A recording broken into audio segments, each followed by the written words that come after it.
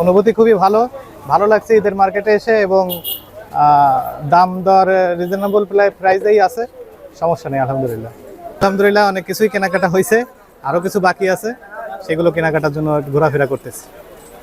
যেহেতু আমি বাগেরহাটে এই প্রথম এমন মেয়েদের জন্য কাপড়ের শোরুম নিয়ে আসছি, যেখানে স্টিচ আনস্টিচ সব কিছুই তারা ট্রায়াল দিয়ে নিতে পারবে, এবং অরিজিনাল পাকিস্তানি ড্রেস এবং আপনার মাস্টার কপি ইন্সপায়ার্ড কালেকশন সবই বাগেরহাট 10 এলজিডি মোড়ে আমি প্রথম এই মেয়েদের শোরুম করেছি, এবং সাথে ট্রায়াল রুমে করেছি।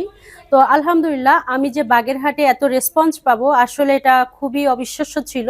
আমার যেহেতু প্রতিদিন প্রত্যেকটা ডিজাইনের 20টা করে কালেকশন ঢোকে, তো সেই তুলনায় আমি আসলে হিমশিম খেয়ে যাচ্ছি। আমার এত সেল, আর বাগেরহাটের মানুষ অনেক সচেতন হয়ে গেছে ড্রেসের দিক থেকে, বিশেষ করে ঈদের সময় আসলে তারা একটু চাই রিজনেবল প্রাইসে একটু ভালো কোনো কোয়ালিটিফুল ড্রেস, একটু দামি ড্রেসের মধ্যে, যেটা আপনার দূরে যে কিনতে হতো বেসিক্যালি খুলনাতে বা ঢাকাতে বা অনলাইনে, অনেক সময় দেখা যায় অনলাইনে প্রতারিতও হয়। সো সেই ক্ষেত্রে তারা দেখে শুনে শোরুম থেকে কিনতে পারছে, এটা আমার জন্য খুবই আনন্দের। এবং বাগেরহাটের মেয়েরা বা আপুরা আন্টিরা আমাকে এত সুন্দর করে গ্রহণ করে নিয়েছে, এবং মাঝে মধ্যে আমাকে ইন্সপায়ার করে, যেহেতু আমি লাইভ প্রেজেন্টার।